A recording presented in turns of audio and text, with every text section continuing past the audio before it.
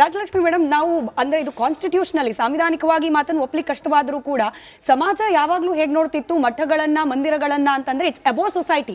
ಸೊಸೈಟಿಯ part ಅಲ್ಲ, it's above society. ಯಾವಾಗ ಸಮಾಜ ತಪ್ಪು ದಿಕ್ಕಿನಲ್ಲಿ ಹೋಗ್ತಾ ಇದೆ ಅಂದಾಗ ನಾವು ರೆಫರೆನ್ಸ್ ಆಗಿ ನೋಡ್ತಾ ಇದ್ದಿದ್ದಲ್ಲಿ ಮಠಗಳು ಪೀಠಾಧಿಪತಿಗಳ ಕಡೆಗೆ. ಬಟ್ ಇವಾಗ it's a part of society ಅನ್ನೋ ತರ ಆಗ್ಬಿಟ್ಟಿದೆ. ಹೊರಗೆ ಕಳ್ತನ ನಡೆಯುತ್ತಾ, ಮಠದೊಳಗೂ ಕಳ್ತನ ನಡೆಯುತ್ತೆ ಬಿಕಾಸ್ ಪಾರ್ಟ್ ಆಫ್ ಸೊಸೈಟಿ. ಹೊರಗಡೆ ಕೊಲೆಗಳು ನಡೆಯುತ್ತಾ, ಇಲ್ಲೂ ನಡೆಯುತ್ತೆ ಬಿಕಾಸ್ ಪಾರ್ಟ್ ಆಫ್ ಸೊಸೈಟಿ. ಅನಾಚಾರ ಅತ್ಯಾಚಾರಗಳು ನಡೆಯುತ್ತೆ ಸಮಾಜದಲ್ಲಿ, ಇಲ್ಲೂ ನಡೆಯುತ್ತೆ. ಅಂದ್ರೆ ಈ ಡಿಫರೆನ್ಸ್ ಏನಿತ್ತಲ್ಲ, ಅಬೋ ಸೊಸೈಟಿ ಬಟ್ ನಾವ್ ಇಟ್ಸ್ ಪಾರ್ಟ್ ಆಫ್ ಸೊಸೈಟಿ, ಇದು ಎಷ್ಟು ಮಾರಕವಾಗ್ತಿದೆ ಅಂತ ಹೇಳಿ. ಮಾರಕ ನೀವು ಹೇಳಿದ್ದು ಕರೆಕ್ಟ್ ಐತಿ. ಬಟ್ ಒಂದು ವಿಚಾರ ಮಾಡ್ರಿ, ಇದು ಅಬೌವ್ ಸೊಸೈಟಿ ಅಂತ ಯಾವಾಗ ಇತ್ತಲ್ಲ ಆವಾಗ ಅದರದ್ದು ಒಂದು ಪ್ರೊಜೆಕ್ಷನ್ ಇತ್ತು. ಇದು ಅಬೌವ್ ಸೊಸೈಟಿ ಅನ್ನೋದು ಯಾವುದೇ ಕಾಲಘಟ್ಟ ತಗೊಳ್ರಿ, ಪ್ರತಿ ಕಾಲಘಟ್ಟದೊಳಗೂ ನೀವು ಹೇಳುವಂಥ ಎಲ್ಲ ಘಟನೆನೂ ನಡ್ಕೋತೆ ಬಂದವು, ಏನೋ ಹೊಸದಾಗಿ ನಡೆದವು ಅಂತಲ್ಲ. ಇಂಥ ಒಂದು ಘಟನೆ ನಡೆದಿದ್ದಕ್ಕೆ ನೀವು ಸನ್ಯಾಸ ಅಂತ ಹೇಳಿದಾಗ ಇಬ್ರು ಅದರೊಳಗೆ ಎಕ್ಸ್ಪರ್ಟ್ ಅದಾರ ಅವ್ರು ಮಾತಾಡಿದ್ರು. ಈಗ ಸನ್ಯಾಸನ 3 ಆ್ಯಂಗಲ್ದಾಗ ನೋಡ್ತೀನಿ ನಾನು. ಒಂದು, ಹಿಂದೂ ಧರ್ಮದೊಳಗೆ ಕಾಲಘಟ್ಟ, ಮನುಷ್ಯನ ಜೀವನದ ಕಾಲಘಟ್ಟನ 4 ಭಾಗ ಮಾಡ್ಯಾರ. ಬ್ರಹ್ಮಚರ್ಯ, ಏನಂತಾರೆ ವೈವಾಹಿಕ ಜೀವನ, ಗೃಹಸ್ಥ, ಆಮೇಲೆ ವಾನಪ್ರಸ್ಥ, ಆಮೇಲೆ ಸನ್ಯಾಸ. ಅಂದ್ರೆ ನೀ ಏನು ಅನುಭವಿಸ್ಬೇಕು ಜೀವನದಾಗ, ಒಬ್ಬ ಮನುಷ್ಯ ಆಗಿ ಹುಟ್ಟಿದಿ, ಅದು ನೀವು ಅನಿಮಲ್ಗಳು ಮಾಡ್ತಾವ ಅದು ನಮಗೆ ಗೊತ್ತಿರೋದಿಲ್ಲ. ಈ ಕಾಲಘಟ್ಟದೊಳಗೆ ಕೊನೆಯದು ಸನ್ಯಾಸ ಅಂತ ಹೇಳ್ತಾರೆ. ಎಲ್ಲಾನು ಅನುಭವಿಸಿದಿ, ಈಗ ನಿರ್ಲಿಪ್ತ ಆಗಿ ಹೊರಗೆ ಹೋಗುವಂತ. ಇನ್ನೊಬ್ರು ಇರ್ತಾರೆ, ಅವರು ಜಿಗುಪ್ಸೆಯಿಂದ ಜೀವನದಲ್ಲಿ ಜಿಗುಪ್ಸೆಗೊಂಡು ಸನ್ಯಾಸಿ ಆಗ್ತಾರೆ. 3ನೇದವರು ಜಿಜ್ಞಾಸೆಯಿಂದ ಆಗ್ತಾರೆ. ಅಲ್ಲಿ ನಾನು ಹೊಸದೇನು ಕಂಡು ಹಿಡಿಬೇಕು ಅಥವಾ ನನ್ನನ್ನು ನಾನು ಕಂಡುಕೋಬೇಕು, ಇಂಥ ಕಂಡುಕೋಬೇಕು ಅನ್ನೋ ಪ್ರಕ್ರಿಯೆ ಒಳಗೆ ಸನ್ಯಾಸಿ ಏನಾಗ್ತಾರಲ್ಲ ಅಂಥವ್ರೆಲ್ಲರೂ ಸಂಸಾರನ ಬಿಟ್ಟು ದೂರ ಹೋಗ್ತಾರ ಅನ್ನುವಂಥ ಕಲ್ಪನೆ ಇತ್ತು ಜನರಿಗೆ. ನಾವು ಹುಟ್ಟೀವಿ ಅಂತಂದರೆ ಇದೆಲ್ಲ ಆಸೆ ಆಕಾಂಕ್ಷೆ, ಇವು ಅರಿಷಡ್ವರ್ಗ ಏನು ಹೇಳ್ತೀವಿ ಅದ್ರ ಮೇಲೆ ಆಸೆ ಇದ್ದೇ ಇರ್ತದೆ. ಅದನ್ನು ಯಾರು ಮೀರಿ ನಿಲ್ತಾರ ಅವ ದೊಡ್ಡವ ಅನ್ನೋ ಕಲ್ಪನೆ ಇತ್ತು. ಈ ಕಲ್ಪನೆಯನ್ನು ಹುಸಿ ಮಾಡಿದ್ದು ಒಬ್ಬನೇ ಮನುಷ್ಯ, ಗೌತಮ ಬುದ್ಧ. ಅದಕ್ಕೆ ಲಂಕೇಶರು ಬರೆದ ಒಂದು ಆರ್ಟಿಕಲ್ದಾಗ ಏನು ಬರೀತಾರೆ, ಮೋಕ್ಷ ಹುಡುಕುತ್ತ ಪ್ರೀತಿಯ ಬಂಧನದಲ್ಲಿ ಆ ಮನುಷ್ಯ ಎಲ್ಲಾನು ತ್ಯಜಿಸಿ ಹೊರಗೆ ಹೋಗಲಿಲ್ಲ, ಜನರಿಂದ ದೂರ ಆಗಲಿಲ್ಲ, ವಾಪಸ್ ಪ್ರೀತಿಯ ಬಂಧನದೊಳಗೆ ಬಿದ್ದ. ಅವ ನಿಜವಾಗಿಯೂ ಮನುಷ್ಯರ ನಡುವೆ ಇದ್ದು ಎಲ್ಲದರಿಂದಲೂ ನಿರ್ಲಿಪ್ತನಾಗಿ ಕಮಲದ ಎಲೆ ಮೇಲೆ ಇರುವಂಥ ಬಿಂದುವಾಗಿ ಬದುಕದ. ಅದು ನಿಜವಾದ ಸನ್ಯಾಸತ್ವ. ಅಂಥ ಆದರ್ಶಗಳು ಇವತ್ತಿನ ಜಗತ್ತಿನಾಗ ನಿಮಗೆ ಸಿಗಂಗಿಲ್ಲ. ಈಗ ಈ ಒಂದು ವೈರುಧ್ಯಗಳನ್ನು ಕಡಿಮೆ ಆಗಕತ್ತಾವ ಅಂತ ಹೇಳಿದ್ರಿ. ಇದು ಕಡಿಮೆ ಆಗೋದು, ಇದನ್ನು ನಾನು ಎಕನಾಮಿಕ್ಸ್ ಒಳಗೆ ಕ್ವಿಡ್ ಪ್ರೋಕೋ ಅಂತ ಕರಿತೀವಿ, ಅಥವಾ ಬೇರೆದ್ರಾಗ ಕೊಟ್ಟು ತಗೊಳ್ಳುವ ವ್ಯವಹಾರ ಶುರುವಾಯಿತು. ಇದು ಕೊಟ್ಟು ತಗೊಳ್ಳೋ ವ್ಯವಹಾರ ಮೊದಲನೇ ಸಲ ನಾವು ನಮ್ಮ ಕಣ್ಣಿಗೆ ಏನು ಕಾಣಿಸ್ತದೆ ಅಲ್ಲಿಂದ ಹೇಳೋಣ. ನನಗೆ ಭಾಳ ವರ್ಷದ ಹಿಂದಿಂದು ಹೇಳಿದರೆ ಅದಕ್ಕೊಂದು ಅಥೆಂಟಿಸಿಟಿ ಬೇಕಾಗ್ತದೆ. ನಮ್ಗೆ ಗೊತ್ತಿರುವಂತಹ ಪೊಲಿಟಿಕಲ್ ಹಿಸ್ಟ್ರಿ ಶುರುವಾಗಿದ್ದು 60s ಒಳಗೆ ಕರ್ನಾಟಕದಾಗ. ಎಸ್ ನಿಜಲಿಂಗಪ್ಪ ಅವ್ರನ್ನ ಹೆಂಗೆ ಸೋಲಿಸಿದ್ರು, ಮಠಾಧೀಶರು ಅದರೊಳಗೆ ಹೆಂಗೆ ರೋಲ್ ಮಾಡಿದ್ರು. ಇದು ಯಾಕಾಯಿತು ಅಂತಂದರೆ ಈ ಬಣಜಿಗ ಮತ್ತು ಸಾದರ ಸಮುದಾಯದ ನಡುವೆ ಯಾಕೆ ಒಂದು ಜಗಳ ಆಗಿತ್ತು, ಅದನ್ನು ಅವ್ರು ಹೆಂಗೆ ಯೂಸ್ ಮಾಡಿಕೊಂಡ್ರು. ಒಬ್ಬ ಮಠಾಧೀಶ ಕರೆಕ್ಟಾಗಿ ಪೊಲಿಟಿಕಲ್ ಎರೇನಾದಾಗ ಎಂಟ್ರ್ ಆಗಕ್ಕೆ ಒಂದು ಸೂಕ್ತ ಕಾಲ ಆಯ್ಕೆ ಮಾಡಿಕೊಂಡ್ರು, ಅದು ಬಂದುಬಿಟ್ರು. ಅದಕ್ಕಿಂತ ಮೊದಲಾಗಿದ್ದು ರಾಜರುಗಳನ್ನ ಇವರೆಲ್ಲ ಹಿಂದೆ ಕೂತು ಆಟ ಆಡಿಸ್ತಿದ್ರು. ಈಗ ಡೈರೆಕ್ಟ್ ಎಂಟ್ರಿ ಆಯ್ತು.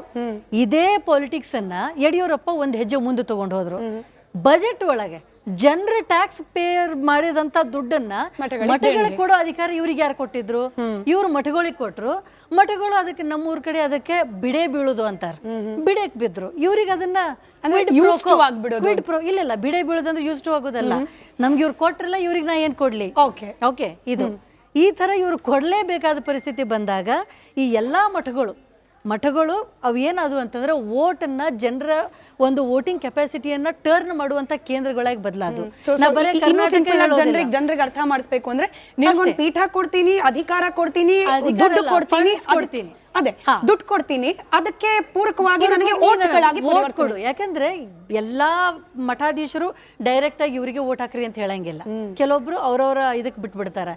ಇನ್ನು ಕೆಲವೊಬ್ರು ಡೈರೆಕ್ಟ್ ಆಗಿ ಇನ್ವಾಲ್ವ್ ಆಗ್ತಾರೆ. ಇದಕ್ಕಿಂತ ಮೊದಲು, ಇದಕ್ಕೂ ಒಂದು ಹೆಜ್ಜೆ ಮೊದಲು ಇವ್ರನ್ನ ಈ ಒಂದು ಸ್ಟೇಜಿಗೆ ತಂದು ನಿಲ್ಸಕ್ಕೆ ಹೆಗಡೆ ಅವ್ರದ್ದು ಕಾರಣನೂ ಐತೆ. ಅವ್ರು ಇವ್ರಿಗೆಲ್ಲ ಪ್ರೊಫೆಷನಲ್ ಇನ್ಸ್ಟಿಟ್ಯೂಷನ್ ತೆಗಿಲಾಕ ಪರ್ಮಿಷನ್ಸ್ ಎಲ್ಲ ಕೊಟ್ಟರು. ಅವಾಗ ಇಲ್ಲಿ ಏನಾಯ್ತು, ಇವರು ದಾಸೋಹನೇ ಮಾಡೋದನ್ನೇ ಇವತ್ತಿನ ಕಾಲದಾಗ ಈಗ ಹೆಗಡೆ ಹೇಳಿದ್ರು.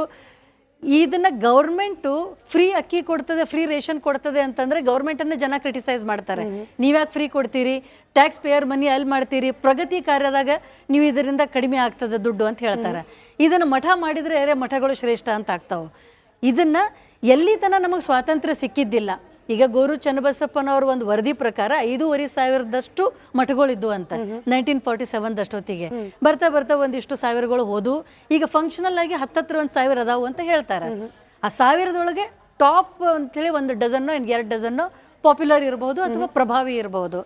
ಇವರೆಲ್ಲರೂ ಹೆಂಗಾದ್ರು ಅಂತಂದ್ರೆ ನೀವು ಇದನ್ನ ನಾರ್ತ್ ಇಂಡಿಯಾದಾಗೂ ನೋಡ್ರಿ, ಸೆಂಟ್ರಲ್ ಇಂಡಿಯಾದಾಗೂ ನೋಡ್ರಿ, ಡೇರಾಗಳು ಪಂಜಾಬ್ ಕಡೆ ಹೋದ್ರೆ ಹರಿಯಾಣ ಕಡೆ ಡೇರಾ ಸಚ್ಚಾ ಸೌದಾ, ರಾಮ್ ರಹೀಂ ಬರ್ತಾನ, ಆಸಾರಾಮ್ ಬಾಪು ಬರ್ತಾನ, ಈ ಕಡೆ ರಾಮ್ಪಾಲ್ ಅಂತ ಬರ್ತಾನ. ಸ್ವಂತ ಆರ್ಮಿಗಳು ಇಟ್ಕೊಂಡಾರಿ ಅವರು. ಒಬ್ಬ ಸನ್ಯಾಸಿಗೆ ಆರ್ಮಿ ಅವಶ್ಯಕತೆ ಯಾಕೆ ಬರ್ತದೆ? ಯಾಕಂದ್ರೆ ಅವ್ಯವಹಾರ ನಡೆದದ್ ನಿಮ್ಮೊಳಗೆ, ನಿಮಗೆ ಪ್ರೊಟೆಕ್ಷನ್ಗೆ ನಿಮ್ಮ ಸ್ವಂತ ಆರ್ಮಿ ಅಂದ್ರೆ ನಿಮಗೆ ಅಟ್ಯಾಕ್ ಆಗ್ತದೆ ಅಂತ ಒಬ್ಬ ಸನ್ಯಾಸಿಗೆ ಯಾಕೆ ಅನಿಸ್ತದೆ? ಅಂತ ಒಂದು ವ್ಯವಹಾರಗಳು ಇಲ್ಲಿನೂ ಶುರು ಆದ ಕೂಡಲೇ ರಾಜಲಕ್ಷ್ಮಿ ಮೇಡಮ್, ನಾವು ಅಂದ್ರೆ ಇದು ಕಾನ್ಸ್ಟಿಟ್ಯೂಷನಲಿ ಸಾಂವಿಧಾನಿಕವಾಗಿ ಮಾತನ್ನು ಒಪ್ಲಿಕ್ಕೆ ಕಷ್ಟವಾದರೂ ಕೂಡ ಸಮಾಜ ಯಾವಾಗ್ಲೂ ಹೇಗ್ ನೋಡ್ತಿತ್ತು ಮಠಗಳನ್ನ ಮಂದಿರಗಳನ್ನ ಅಂತಂದ್ರೆ ಇಟ್ಸ್ ಅಬೋ ಸೊಸೈಟಿ. ಸೊಸೈಟಿಯ ಪಾರ್ಟ್ ಅಲ್ಲ, ಇಟ್ಸ್ ಅಬೋ ಸೊಸೈಟಿ. ಯಾವಾಗ ಸಮಾಜ ತಪ್ಪು ದಿಕ್ಕಿನಲ್ಲಿ ಹೋಗ್ತಾ ಇದೆ ಅಂದಾಗ ನಾವು ರೆಫರೆನ್ಸ್ ಆಗಿ ನೋಡ್ತಾ ಇದ್ದಿದ್ದೆಲ್ಲಿ ಮಠಗಳು, ಪೀಠಾಧಿಪತಿಗಳ ಕಡೆಗೆ. ಬಟ್ ಇವಾಗ it's a part of society ಅನ್ನೋ ತರ ಆಗ್ಬಿಟ್ಟಿದೆ. ಹೊರಗೆ ಕಳ್ತನ ನಡೆಯುತ್ತಾ, ಮಠದೊಳಗೂ ಕಳ್ತನ ನಡೆಯುತ್ತೆ ಬಿಕಾಸ್ ಪಾರ್ಟ್ ಆಫ್ ಸೊಸೈಟಿ. ಹೊರಗಡೆ ಕೊಲೆಗಳು ನಡೆಯುತ್ತಾ, ಇಲ್ಲೂ ನಡೆಯುತ್ತೆ ಬಿಕಾಸ್ ಪಾರ್ಟ್ ಆಫ್ ಸೊಸೈಟಿ. ಅನಾಚಾರ ಅತ್ಯಾಚಾರಗಳು ನಡೆಯುತ್ತೆ ಸಮಾಜದಲ್ಲಿ, ಇಲ್ಲೂ ನಡೆಯುತ್ತೆ. ಅಂದ್ರೆ ಈ ಡಿಫ್ರೆನ್ಸ್ ಏನಿತ್ತಲ್ಲ, ಅಬೋ ಸೊಸೈಟಿ ಬಟ್ ನಾವ್ ಇಟ್ಸ್ ಪಾರ್ಟ್ ಆಫ್ ಸೊಸೈಟಿ, ಇದು ಎಷ್ಟು ಮಾರಕವಾಗ್ತಿದೆ ಅಂತ ಹೇಳಿ. ಮಾರಕ ನೀವು ಹೇಳಿದ್ದು ಕರೆಕ್ಟ್ ಐತಿ. ಬಟ್ ಒಂದು ವಿಚಾರ ಮಾಡ್ರಿ, ಇದು ಅಬೌವ್ ಸೊಸೈಟಿ ಅಂತ ಯಾವಾಗ ಇತ್ತಲ್ಲ ಅವಾಗ ಅದರದ್ದು ಒಂದು ಪ್ರೊಜೆಕ್ಷನ್ ಇತ್ತು. ಇದು ಅಬೌವ್ ಸೊಸೈಟಿ ಅನ್ನೋದು ಯಾವುದೇ ಕಾಲಘಟ್ಟ ತಗೊಳ್ರಿ, ಪ್ರತಿ ಕಾಲಘಟ್ಟದೊಳಗೂ ನೀವು ಹೇಳುವಂತ ಎಲ್ಲಾ ಘಟನೆನೂ ನಡ್ಕೋತೆ ಬಂದಾವು, ಏನೋ ಹೊಸದಾಗಿ ನಡೆದಾವು ಅಂತಲ್ಲ. ಇಂಥ ಒಂದು ಘಟನೆ ನಡೆದಿದ್ದಕ್ಕೆ ನೀವು ಸನ್ಯಾಸ ಅಂತ ಹೇಳಿದಾಗ ಇಬ್ರು ಅದರೊಳಗೆ ಎಕ್ಸ್ಪರ್ಟ್ ಅದಾರ, ಅವ್ರು ಮಾತಾಡಿದ್ರು. ಈಗ ಸನ್ಯಾಸನ 3 ಆ್ಯಂಗಲ್ದಾಗ ನೋಡ್ತೀನಿ ನಾನು. ಒಂದು, ಹಿಂದೂ ಧರ್ಮದೊಳಗೆ ಕಾಲಘಟ್ಟ, ಮನುಷ್ಯನ ಜೀವನದ ಕಾಲಘಟ್ಟನ 4 ಭಾಗ ಮಾಡ್ಯಾರ. ಬ್ರಹ್ಮಚರ್ಯ, ಏನಂತಾರ ವೈವಾಹಿಕ ಜೀವನ, ಗೃಹಸ್ಥ, ಆಮೇಲೆ ವಾನಪ್ರಸ್ಥ, ಆಮೇಲೆ ಸನ್ಯಾಸ. ಅಂದ್ರೆ ನೀ ಏನು ಅನುಭವಿಸ್ಬೇಕು ಜೀವನದಾಗ, ಒಬ್ಬ ಮನುಷ್ಯ ಆಗಿ ಹುಟ್ಟಿದಿ, ಅದು ನೀವು ಅನಿಮಲ್ಗಳು ಮಾಡ್ತಾವ, ಅದು ನಮಗೆ ಗೊತ್ತಿರೋದಿಲ್ಲ. ಈ ಕಾಲಘಟ್ಟದೊಳಗೆ ಕೊನೆಯದು ಸನ್ಯಾಸ ಅಂತ ಹೇಳ್ತಾರೆ. ಎಲ್ಲಾನು ಅನುಭವಿಸಿದಿ, ಈಗ ನಿರ್ಲಿಪ್ತ ಆಗಿ ಹೊರಗೆ ಹೋಗುವಂತ. ಇನ್ನೊಬ್ರು ಇರ್ತಾರೆ, ಅವರು ಜಿಗುಪ್ಸೆಯಿಂದ, ಜೀವನದಲ್ಲಿ ಜಿಗುಪ್ಸೆಗೊಂಡು ಸನ್ಯಾಸಿ ಆಗ್ತಾರೆ. 3ನೇದವರು ಜಿಜ್ಞಾಸೆಯಿಂದ ಆಗ್ತಾರೆ. ಅಲ್ಲಿ ನಾನು ಹೊಸದು ಏನು ಕಂಡು ಹಿಡಿಬೇಕು ಅಥವಾ ನನ್ನನ್ನು ನಾನು ಕಂಡುಕೋಬೇಕು, ಇಂಥ ಕಂಡುಕೋಬೇಕು ಅನ್ನೋ ಪ್ರಕ್ರಿಯೆ ಒಳಗೆ ಸನ್ಯಾಸಿ ಏನಾಗ್ತಾರಲ್ಲ ಅಂಥವ್ರೆಲ್ಲರೂ ಸಂಸಾರನ ಬಿಟ್ಟು ದೂರ ಹೋಗ್ತಾರ ಅನ್ನುವಂಥ ಕಲ್ಪನೆ ಇತ್ತು ಜನರಿಗೆ. ನಾವು ಹುಟ್ಟೀವಿ ಅಂತಂದ್ರೆ ಇದೆಲ್ಲ ಆಸೆ ಆಕಾಂಕ್ಷೆ, ಇವು ಅರಿಷಡ್ವರ್ಗ ಏನು ಹೇಳ್ತೀವಿ ಅದ್ರ ಮೇಲೆ ಆಸೆ ಇದ್ದೇ ಇರ್ತದೆ. ಅದನ್ನು ಯಾರು ಮೀರಿ ನಿಲ್ತಾರ ಅವ ದೊಡ್ಡವ ಅನ್ನೋ ಕಲ್ಪನೆ ಇತ್ತು. ಈ ಕಲ್ಪನೆಯನ್ನು ಹುಸಿ ಮಾಡಿದ್ದು ಒಬ್ಬನೇ ಮನುಷ್ಯ, ಗೌತಮ ಬುದ್ಧ.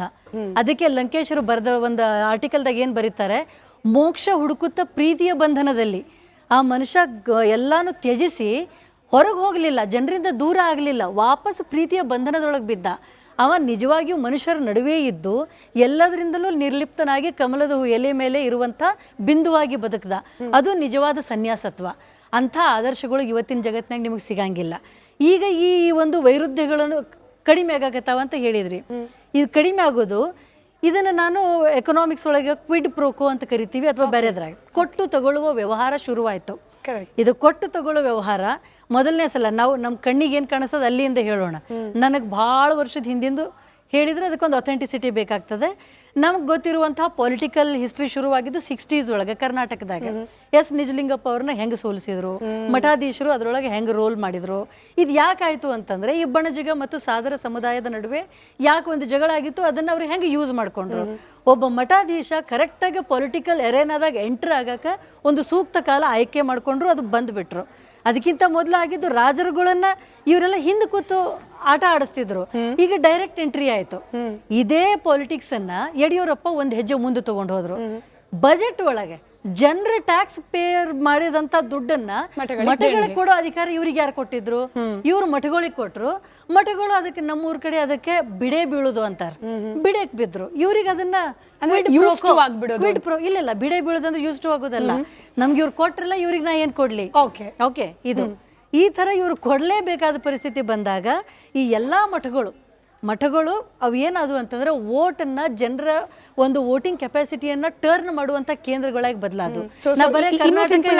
ಜನರಿಗೆ ಅರ್ಥ ಮಾಡಿಸ್ಬೇಕು ಅಂದ್ರೆ ನಿಮ್ಗೊಂದು ಪೀಠ ಕೊಡ್ತೀನಿ, ಅಧಿಕಾರ ಕೊಡ್ತೀನಿ, ದುಡ್ಡು ಕೊಡ್ತೀನಿ, ಅದೇ ದುಡ್ಡು ಕೊಡ್ತೀನಿ, ಅದಕ್ಕೆ ಪೂರಕವಾಗಿ ನನಗೆ ವೋಟ್ ಕೊಡು. ಯಾಕಂದ್ರೆ ಎಲ್ಲಾ ಮಠಾಧೀಶರು ಡೈರೆಕ್ಟ್ ಆಗಿ ಇವರಿಗೆ ವೋಟ್ ಹಾಕ್ರಿ ಅಂತ ಹೇಳಂಗಿಲ್ಲ. ಕೆಲವೊಬ್ರು ಅವ್ರವ್ರ ಇದಕ್ಕೆ ಬಿಟ್ಬಿಡ್ತಾರ. ಇನ್ನು ಕೆಲವೊಬ್ರು ಡೈರೆಕ್ಟ್ ಆಗಿ ಇನ್ವಾಲ್ವ್ ಆಗ್ತಾರೆ. ಇದಕ್ಕಿಂತ ಮೊದಲು, ಇದಕ್ಕೂ ಒಂದು ಹೆಜ್ಜೆ ಮೊದಲು ಇವ್ರನ್ನ ಈ ಒಂದು ಸ್ಟೇಜಿಗೆ ತಂದು ನಿಲ್ಸಕ್ಕೆ ಹೆಗಡೆ ಅವ್ರದ್ದು ಕಾರಣನೂ ಐತೆ. ಅವ್ರು ಇವ್ರಿಗೆಲ್ಲ ಪ್ರೊಫೆಷನಲ್ ಇನ್ಸ್ಟಿಟ್ಯೂಷನ್ ತೆಗಿಲಾಕ ಪರ್ಮಿಷನ್ಸ್ ಎಲ್ಲ ಕೊಟ್ಟರು. ಆವಾಗ ಇಲ್ಲಿ ಏನಾಯ್ತು, ಇವರು ದಾಸೋಹನೇ ಮಾಡೋದನ್ನೇ ಇವತ್ತಿನ ಕಾಲದಾಗ ಹೆಗಡೆ ಹೇಳಿದ್ರು, ಇದನ್ನ ಗೌರ್ಮೆಂಟು ಫ್ರೀ ಅಕ್ಕಿ ಕೊಡ್ತದೆ, ಫ್ರೀ ರೇಷನ್ ಕೊಡ್ತದೆ ಅಂತಂದ್ರೆ ಗೌರ್ಮೆಂಟನ್ನು ಜನ ಕ್ರಿಟಿಸೈಸ್ ಮಾಡ್ತಾರೆ. ನೀವ್ಯಾಕೆ ಫ್ರೀ ಕೊಡ್ತೀರಿ, ಟ್ಯಾಕ್ಸ್ ಪೇಯರ್ ಮನಿ ಅಲ್ಲಿ ಮಾಡ್ತೀರಿ, ಪ್ರಗತಿ ಕಾರ್ಯದಾಗ ನೀವು ಇದರಿಂದ ಕಡಿಮೆ ಆಗ್ತದೆ ದುಡ್ಡು ಅಂತ ಹೇಳ್ತಾರೆ. ಇದನ್ನು ಮಠ ಮಾಡಿದ್ರೆ ಮಠಗಳು ಶ್ರೇಷ್ಠ ಅಂತ ಆಗ್ತಾವೆ. ಇದನ್ನ ಎಲ್ಲಿ ತನಕ ನಮಗೆ ಸ್ವಾತಂತ್ರ್ಯ ಸಿಕ್ಕಿದ್ದಿಲ್ಲ. ಈಗ ಗೋರು ಚನ್ನಬಸಪ್ಪನವ್ರ ಒಂದು ವರದಿ ಪ್ರಕಾರ 5,500 ಮಠಗಳಿದ್ವು ಅಂತ 1947 ಅಷ್ಟೊತ್ತಿಗೆ. ಬರ್ತಾ ಬರ್ತಾ ಒಂದಿಷ್ಟು ಸಾವಿರಗಳು ಹೋದು, ಈಗ ಫಂಕ್ಷನಲ್ ಆಗಿ 1,000 ಅದಾವು ಅಂತ ಹೇಳ್ತಾರೆ. ಆ 1000ದೊಳಗೆ ಟಾಪ್ ಅಂತೇಳಿ 1 ಡಜನ್ನೋ 2 ಡಜನ್ನೋ ಪಾಪ್ಯುಲರ್ ಇರಬಹುದು ಅಥವಾ ಪ್ರಭಾವಿ ಇರಬಹುದು. ಇವರೆಲ್ಲರೂ ಹೆಂಗಾದ್ರು ಅಂತಂದ್ರೆ ನೀವು ಇದನ್ನ ನಾರ್ತ್ ಇಂಡಿಯಾದಾಗೂ ನೋಡ್ರಿ, ಸೆಂಟ್ರಲ್ ಇಂಡಿಯಾದಾಗೂ ನೋಡ್ರಿ, ಡೇರಾಗಳು ಪಂಜಾಬ್ ಕಡೆ ಹೋದ್ರೆ ಹರಿಯಾಣ ಕಡೆ ಡೇರಾ ಸಚ್ಚಾ ಸೌದಾ, ರಾಮ್ ರಹೀಂ ಬರ್ತಾನ, ಆಸಾರಾಮ್ ಬಾಪು ಬರ್ತಾನ, ಈ ಕಡೆ ರಾಮ್ಪಾಲ್ ಅಂತ ಬರ್ತಾನ. ಸ್ವಂತ ಆರ್ಮಿಗಳು ಇಟ್ಕೊಂಡಾರಿ ಅವರು. ಒಬ್ಬ ಸನ್ಯಾಸಿಗೆ ಆರ್ಮಿ ಅವಶ್ಯಕತೆ ಯಾಕೆ ಬರ್ತದೆ? ಯಾಕಂದ್ರೆ ಅವ್ಯವಹಾರ ನಡೆದದ್ ನಿಮ್ಮೊಳಗೆ, ನಿಮಗೆ ಪ್ರೊಟೆಕ್ಷನ್ಗೆ ನಿಮ್ಮ ಸ್ವಂತ ಆರ್ಮಿ ಅಂದ್ರೆ ನಿಮಗೆ ಅಟ್ಯಾಕ್ ಆಗ್ತದೆ ಅಂತ ಒಬ್ಬ ಸನ್ಯಾಸಿಗೆ ಯಾಕೆ ಅನಿಸ್ತದೆ? ಅಂತ ಒಂದು ವ್ಯವಹಾರಗಳು ಇಲ್ಲಿನೂ ಶುರು ಆದ ಕೂಡಲೇ